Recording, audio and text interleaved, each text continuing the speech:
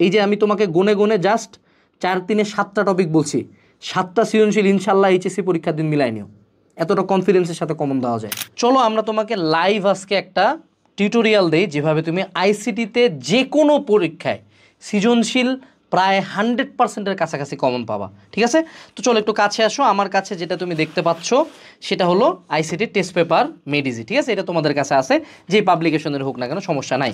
চলো আমরা মেড ইজিটা দেখি। মেড ইজি যেহেতু চ্যাপ্টার ওয়াইজ হয়, এটা হলো প্রথম চ্যাপ্টারটা, তথ্য যোগাযোগ প্রযুক্তি বিশ্ব বাংলাদেশ প্রেক্ষিত। হ্যাঁ, তো এটার কোশ্চেনগুলোর দিকে একটু তাকাই। প্রথম দিকের কোশ্চেনগুলো, উদ্দীপকে উল্লেখিত ডাক্তারের প্রশিক্ষণ ব্যবস্থায় প্রযুক্তিটি কি? Virtual reality. তারপরের কোশ্চেনটা কি? যে কোন চিকিৎসা পদ্ধতি ব্যবহার হয়েছে? এটা হলো ক্রায়োসার্জারি। তারপরের কোশ্চেন কি? চিকিৎসা পদ্ধতি কি? ক্রায়োসার্জারি। তারপরটা কি? কীভাবে সহায়তা করছে ওষুধ তৈরিতে? এটা বায়ো ইনফরমেটিক্স। এরপরে একটু দেখি আমরা পরের কোশ্চেনগুলোতে যাই। আবার হইল গিয়া ক্রায়োসার্জারি, এবার হইল গিয়া আমাদের আসলো পরের কোশ্চেনটা কি? যে ডাক্তার সার্জারির ক্ষেত্রে চেম্বারে প্রবেশের পদ্ধতিটা কি? বায়োমেট্রিক্স। তারপরের কোশ্চেন কি? আবার আমাদের ভার্চুয়াল রিয়ালিটি। আবার হইল কি আমাদের এখানে আসলো বায়োমেট্রিক্স এই জায়গায়। পরের কোশ্চেনটাতে যাও, এই বোর্ডে চিকিৎসা সেবা প্রদানের পদ্ধতিটি, এটা টেলিমেডিসিন। তারপরটা হইল গিয়ে আবার বায়োমেট্রিক্স। ঘুরে উল্টে তুমি একের পর এক কোশ্চেনে যাইতেই থাকো। 23 সাল, 18 সাল, আমরা আরও দুই চার পেজ আগাই না। উদ্ভিদ গবেষণায় ব্যবহৃত প্রযুক্তিটি কি? এটা হলো জেনেটিক ইঞ্জিনিয়ারিং। তারপরে কোশ্চেনটা কি আমাদের এইখানে দেখি, ওষুধ তৈরির প্রযুক্তিটি গবেষণা কি? এটা হলো আমাদের জেনেটিক ইঞ্জিনিয়ারিং। এর পরবর্তীতে আশপাশের যাত্রী নিরাপত্তায় জোরালো ভূমিকা রাখতে পারে, এটা হলো ভার্চুয়াল রিয়ালিটি। এরকম করে তুমি যত যাবে, এই জায়গায় এস অফিসের উপস্থিতি নিশ্চিতে কি? আবারও বায়োমেট্রিক্স। তো তুমি ঘুরেলটার টপিক কয়টা পাইলা বলো দেখি? আমার একটু মুখে মুখে বলি আমরা। ক্রায়োসার্জারি কখর মধ্যে পাবা ঘুরেলটা ন্যানো টেকনোলজি, তারপরে পাবা ভার্চুয়াল রিয়ালিটি, তারপরে পাবা হইল গিয়া বায়োমেট্রিক্স, আর হলো জেনেটিক ইঞ্জিনিয়ারিং, তাই না? চলো এবার আমরা তোমাকে একটা 4 পৃষ্ঠার নোট দেখাই, জাস্ট 4 পেজ। এইখানে আসো, দেখো দেখি তুমি এখানে ক্রায়োসার্জারি পাইছো 1 নম্বরে। ক্রায়োসার্জারি নিয়ে আলোচনা দেখছো এখানে পাইছো প্রথমে। তারপরের পেজে যাও, দেখি পুরো আলোচনা কিসের উপর দেখো দেখি? বায়োমেট্রিক্স নিয়ে। তারপরে কি এখানে জেনেটিক ইঞ্জিনিয়ারিং আছে? আছে তো দেখতেছি। তারপরে এই জায়গাটাতে ভার্চুয়াল রিয়ালিটি আছে? আছে না? আছে তো। তো 1 2 3 4 চ্যাপ্টার শেষ। তারপরে তুমি যে সৃজনশীলগুলো চাচ্ছিলা, ওরকম 2টা সৃজনশীল দেওয়া আছে এখানে, শেষ। 6 পৃষ্ঠার মধ্যে এই চ্যাপ্টারের সব সৃজনশীল শেষ। 4 পৃষ্ঠার মধ্যে সাজেশন শেষ, 6 পৃষ্ঠার মধ্যে সব সৃজনশীল শেষ। এবার এদিকে আবার তাকাও, তাহলে তুমি দেখো এই পুরা টেস্ট পেপার মেড ইজি, পুরা বইয়ের পড়াশোনা কয় পৃষ্ঠায় শেষ হলো? একটা চ্যাপ্টারের 4 পৃষ্ঠায়। এবার চলো আমরা আরেকটা চ্যাপ্টারের দিকে যাই। সবার চেনাশোনা চ্যাপ্টার আমাদের communication systems and networking. Question কি এটা? কিসের উপর বলো দেখি? এটা টপোলজি। তারপরের কোশ্চেন কিসের উপর বলো দেখি? টপোলজি। তারপরের কোশ্চেন এটা কিসের উপর বলো দেখি?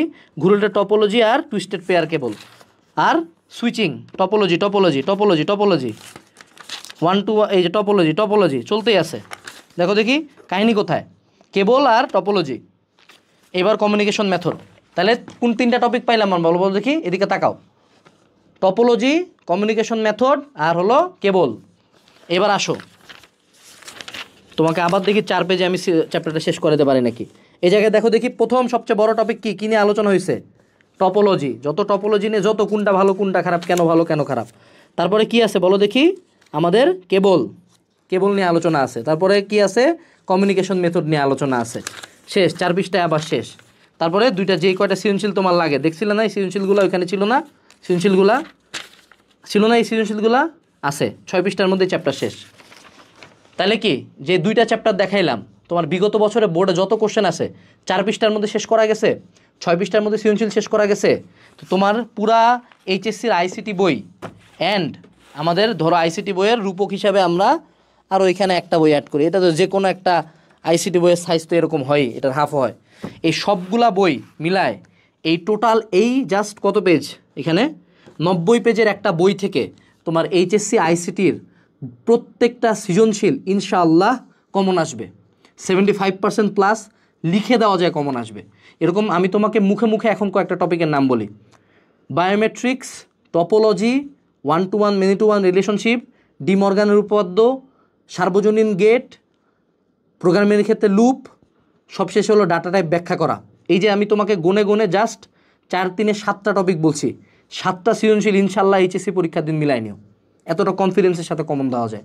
সো যারা আইসিটি নিয়ে পেইন খাইতেছো, পরীক্ষার আগের দিন চোখ কান বন্ধ করে প্রত্যেকটা পেজ 4 থেকে 5 পেজ ঠাড়া মুখস্থ দিয়ে যাও, তারপর সৃজনশীল খুলে লেখা শুরু করতে পারবা।